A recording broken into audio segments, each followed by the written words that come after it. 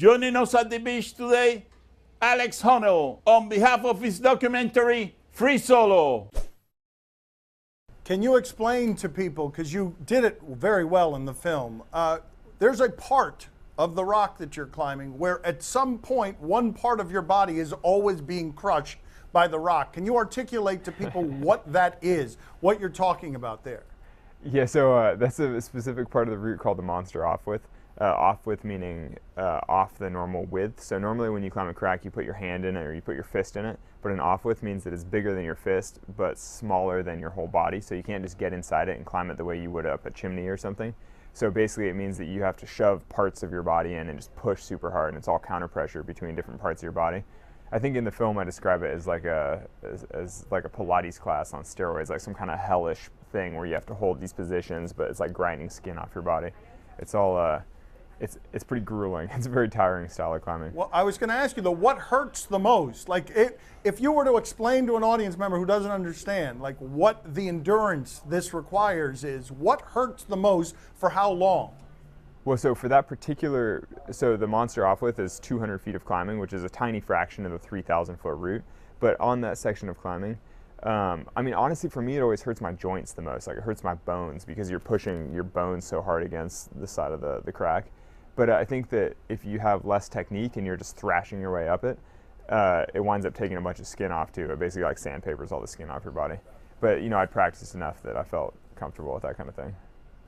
Can you explain to the uninitiated why it's so much different to climb when you're all by yourself as opposed to simply having a camera around or a friend around? What changes?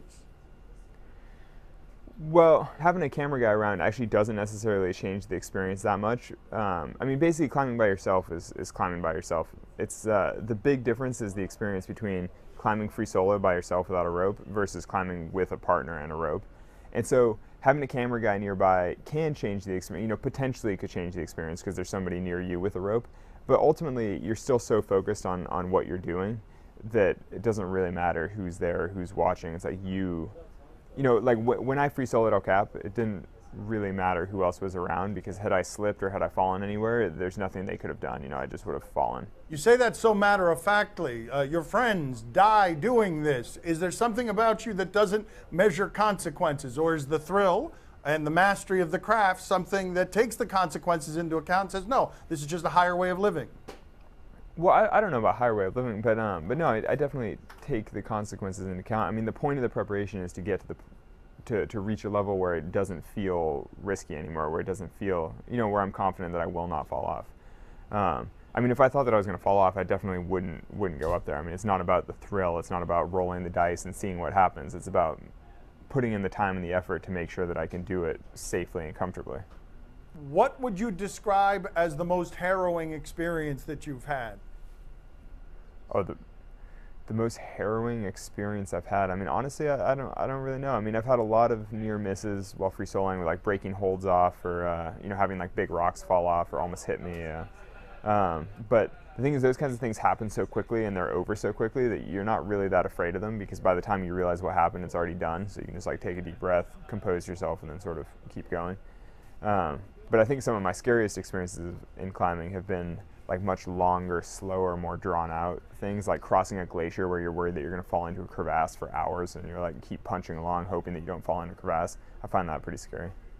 Have you ever thought this is it?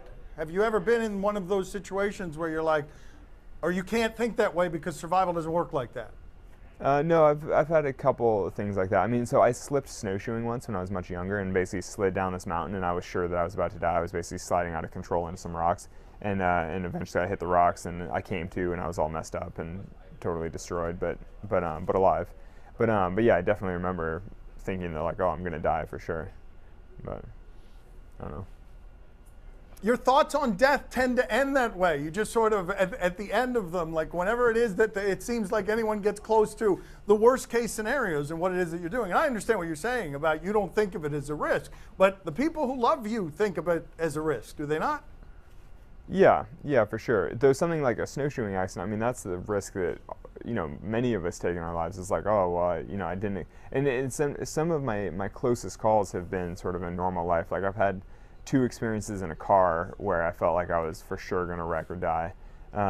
You know, like in heavy fog in the Central Valley in California, I like blew through a stop sign without ever seeing it. Basically, I locked up my brakes and just like slid through an intersection. Thankfully, didn't hit anybody. It was totally fine.